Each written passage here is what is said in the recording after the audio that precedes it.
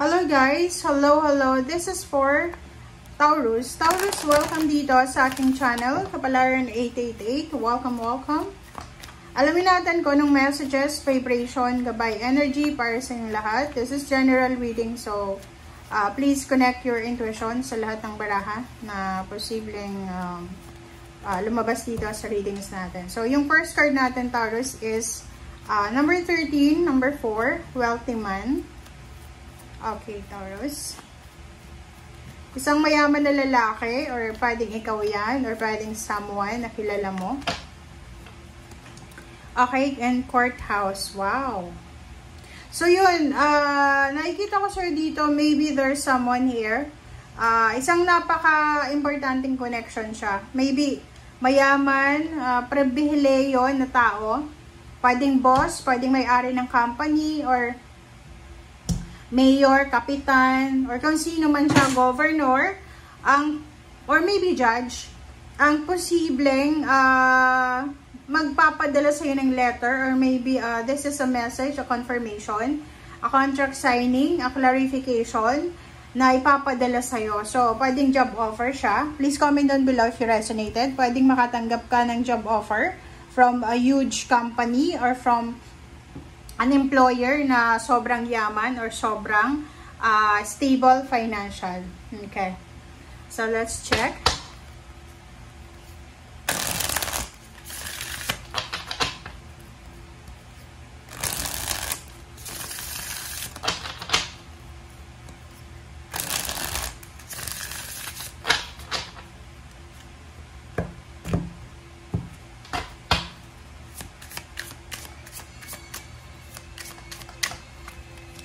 Okay, second deck natin is 3 cards, reverse, the devil, page of wands, and 9 of pentacles. So, dito sa the devil na to, maybe, meron ditong mga Taurus na marami kayong pinagdaanan na like setbacks, or may mga trabaho kayo pero hindi kayo makaipon, or meron kayong trabaho pero sobrang baba ng sweldo, or meron kayong trabaho pero parang yung trabaho nyo is kulang siya sa mga expenses mo everyday. So, dito sinasabi ng barahan na simula ngayong last week ng September, you will be free, okay?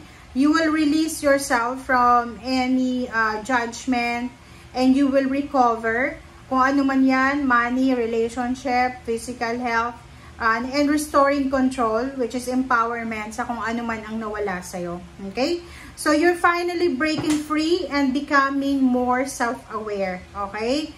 So, sinasabi ng barahan na to na marami kang pinagdaanan, gaya ng sinabi ko kanina, maybe from poor habits, from bad relationship, or negative situation. And now, sinasabi ng barahan na to na take some time for yourself to ensure that you're fully ridding yourself of this negative bound. So, binibigyan ka ng pagkakataon ng universe na makaalis dyan, makarecover, makawala sa kung ano man na situation, relationship, trabaho, negosyo, mindset na hindi maganda. Okay, na pwedeng naging hindrance sa success mo. Page of wands, this is inspiration, so there's a freedom also, limitless potential and exploration. This is all about future. So, sinasabi ng baraha sa'yo dito na simula ngayong last week ng September, you are starting new, diba? Pwedeng new job, new career, and posibleng unexpected siya kasi hindi mo siya plinano. Pwedeng this is a travel, this is the activation of your dreams, diba? Or maybe this is the parang culmination siya. Or pwedeng ano to, yung trial pa. Okay? Meron kang gagawin sa linggong ito na pwedeng siya yung magdadala sa'yo doon sa pinaka-rurok na ng tagumpay na minamanifest mo. Maybe this is your first job. Maybe this is your first time to visit your family na like for example, galing ka sa ibang bansa or sa ibang lugar. Maybe this is your first. Kung ano man siya na first. Alright. So, 9 of Pentacles, yun. So, dito sinasabi ng baraha. So, since makakaalis ka na sa kung ano man yan na financial, emotional, physical health issues or anything.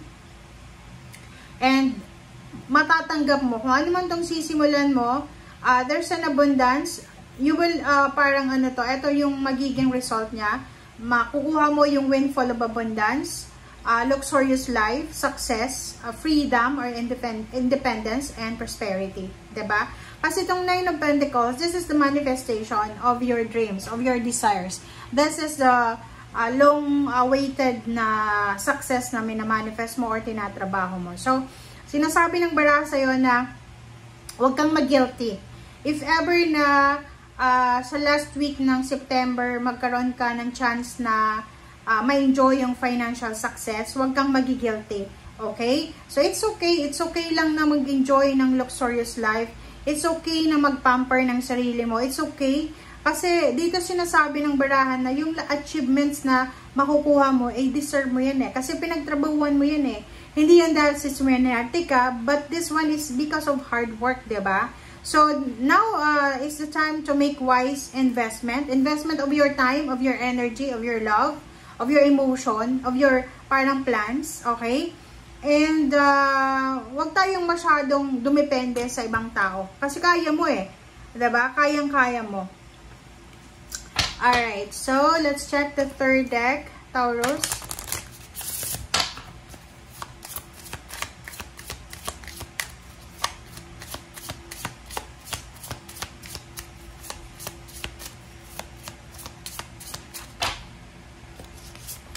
Okay, roots.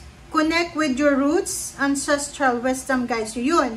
So, sinasabi ng barahan na to na sabay sa pag-angat mo, Taurus, sabay sa pag-angat mo sa buhay, pagyaman mo, pagiging successful mo, maging humble ka pa rin. Huwag mong kakalimutan yung mga taong nakatulong sa'yo, your parents, your relatives, your roots, kung sino man sila na naging parte ng tagumpay mo. Okay, congratulations kasi ang nakikita natin dito, talagang yung mga visions mo ay align na siya.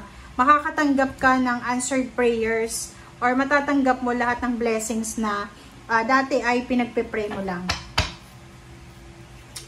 Okay. Ano ba ang additional message para sa'yo?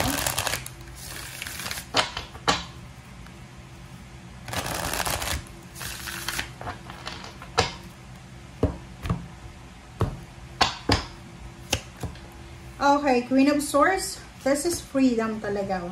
So, sinasabi ng bara sa'yo dito, Taurus, na this week, eto na yung simula ng, kumbaga, kapayapaan sa buhay mo. Kung ano man ang direksyon or journey na tinatahak mo ngayon or tatahakin mo ngayon, eto ay patungo doon sa peace and harmony. Okay?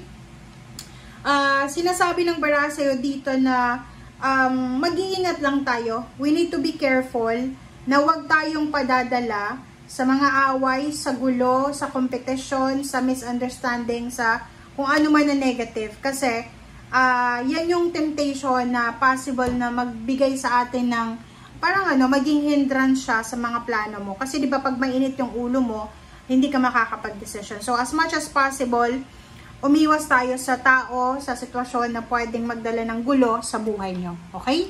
Thank you guys. Bye!